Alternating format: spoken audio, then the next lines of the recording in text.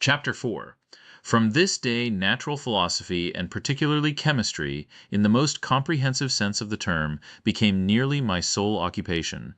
I read with ardor those works, so full of genius and discrimination, which modern inquirers have written on these subjects.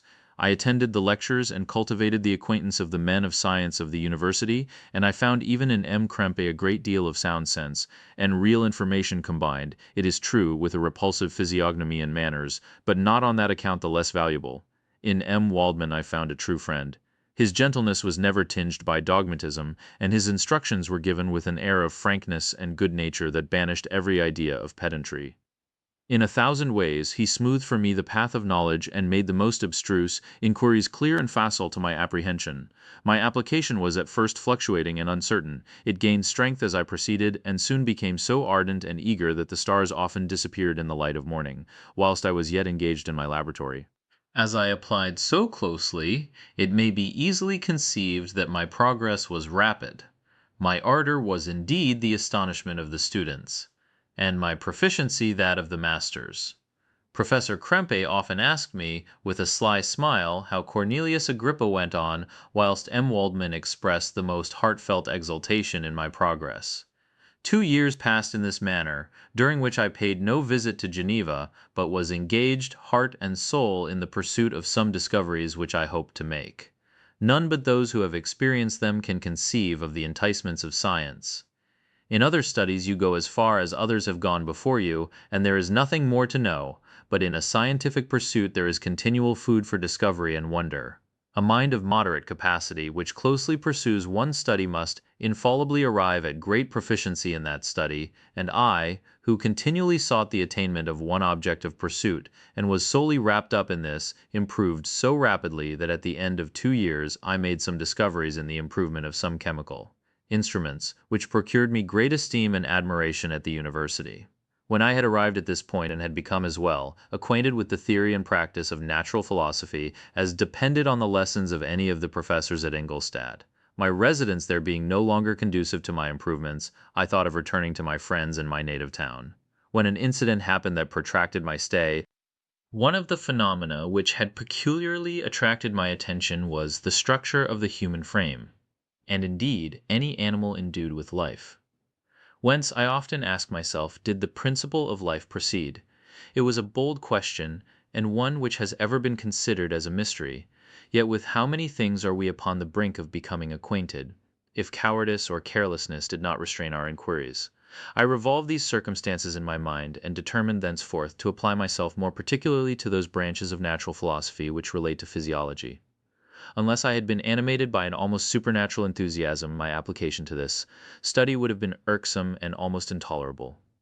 To examine the causes of life we must first have recourse to death. I became acquainted with the science of anatomy, but this was not sufficient. I must also observe the natural decay and corruption of the human body.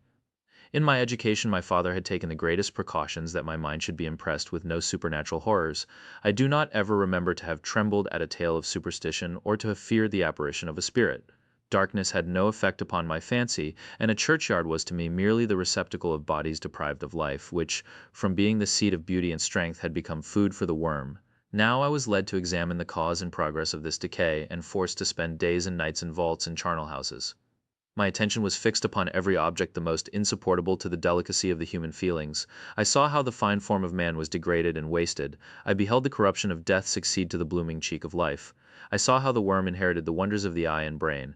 I paused, examining and analyzing all the minutiae of causation as exemplified in the change from life to death and death to life, until from the midst of this darkness a sudden light broke in upon me, a light so brilliant and wondrous, yet so simple, that while I became dizzy with the immensity of the prospect which it illustrated, I was surprised that among so many men of genius who had directed their inquiries towards the same science, that I alone should be reserved to discover so astonishing a secret. Remember, I'm not recording the vision of a madman.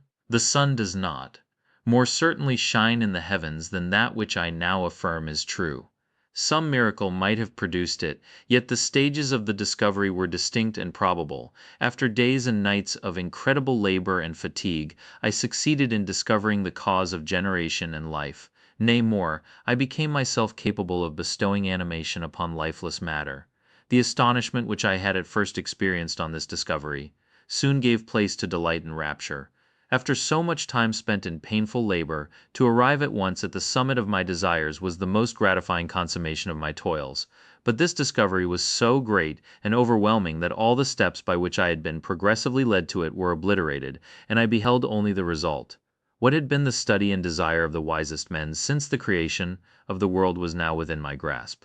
Not that, like a magic scene, it all opened upon me at once. The information I had obtained was of a nature rather to direct my endeavors so soon as I should point them towards the object of my search than to exhibit that object already accomplished.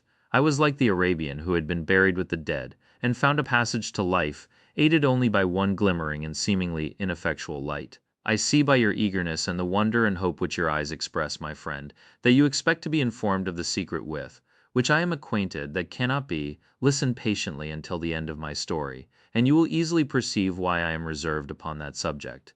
I will not lead you on unguarded and ardent as I then was, to your destruction and infallible misery. Learn from me, if not by my precepts, at least by my example, how dangerous is the acquirement of knowledge, and how much happier that man is, who believes his native town to be the world, than he who aspires to become greater than his nature will allow. When I found so astonishing a power placed within my hands, I hesitated a long time concerning the manner in which I should employ it. Although I possessed the capacity of bestowing animation, yet to prepare a frame for the reception of it, with all its intricacies of fibers, muscles, and veins, still remained a work of inconceivable difficulty and labor. I doubted at first whether I should attempt the creation of a being like myself, or one of simpler organization. But my imagination was too much exalted by my first success to permit me to doubt of my ability to give life to an animal as complex and wonderful as man. The materials at present within my command hardly appeared adequate to so arduous an undertaking, but I doubted not that I should ultimately succeed. I prepared myself for a multitude of reverses. My operations might be incessantly baffled, and at last my work be imperfect. Yet when I considered the improvement which every day takes place, in science and mechanics, I was encouraged to hope my present attempts would at least lay the foundations of future success.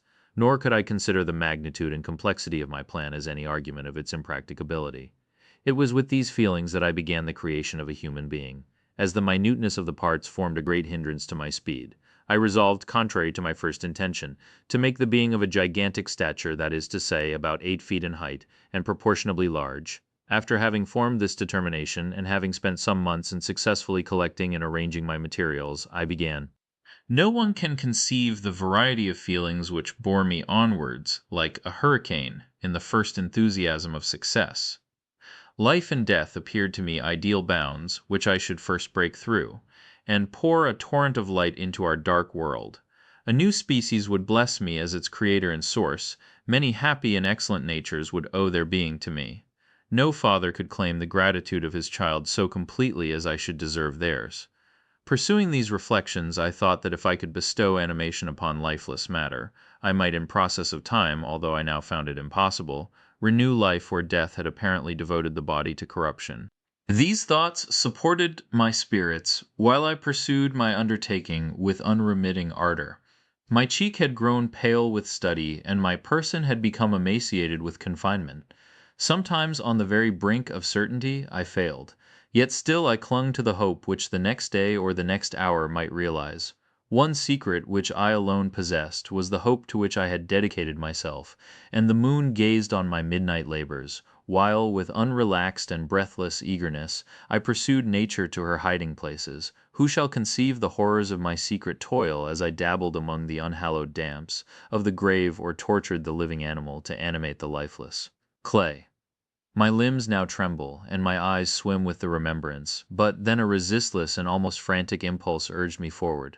I seemed to have lost all soul or sensation but for this one pursuit. It was, indeed, but a passing trance, that only made me feel with renewed acuteness so soon as, the unnatural stimulus ceasing to operate, I had returned to my old habits. I collected bones from charnel houses, and disturbed, with profane fingers, the tremendous secrets of the human frame. In a solitary chamber, or rather cell, at the top of the house, and separated from all the other apartments by a gallery and staircase, I kept my workshop of filthy creation. My eyeballs were starting from their sockets in attending to the details of my employment. The dissecting room and the slaughter-house furnished many of my materials, and often did my human nature turn with loathing from my occupation, whilst, still urged on by an eagerness which perpetually increased, I brought my work near to a conclusion. The summer months passed while I was thus engaged, heart and soul, in one pursuit. It was a most beautiful season; never did the fields bestow a more plentiful harvest, or the vines yield a more luxuriant vintage, but my eyes were insensible to the charms of nature, and the same feelings which made me neglect the scenes around me caused me also to forget those friends who were so many miles absent, and whom I had not seen for so long a time.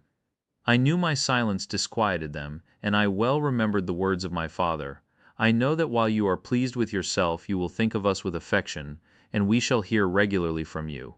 You must pardon me if I regard any interruption in your correspondence as a proof that your other duties are equally neglected." I knew well, therefore, what would be my father's feelings, but I could not tear my thoughts from my employment, loathsome in itself, but which had taken an irresistible hold of my imagination. I wished, as it were, to procrastinate all that related to my feelings of affection, until the great object, which swallowed up every habit of my nature, should be completed. I then thought that my father would be unjust if he ascribed my neglect to vice or faultiness on my part, but I am now convinced that he was justified in conceiving that I should not be altogether free from blame. A human being in perfection ought always to preserve a calm and peaceful mind, and never to allow passion or a transitory desire to disturb his tranquillity. I do not think that the pursuit of knowledge is an exception to this rule. If the study to which you apply yourself has a tendency to weaken your affections and to destroy your taste for those simple pleasures in which no alloy can possibly mix, then that study is certainly unlawful; that is to say, not befitting the human mind.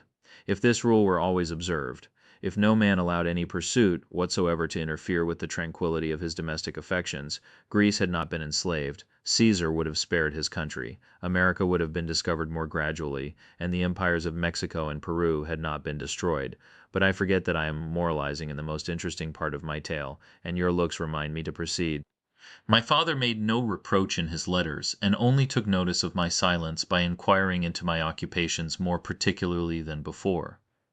Winter, spring, and summer passed away during my labors, but I did not watch the blossom or the expanding leaves, sights which before always yielded me supreme delight, so deeply was I engrossed in my occupation.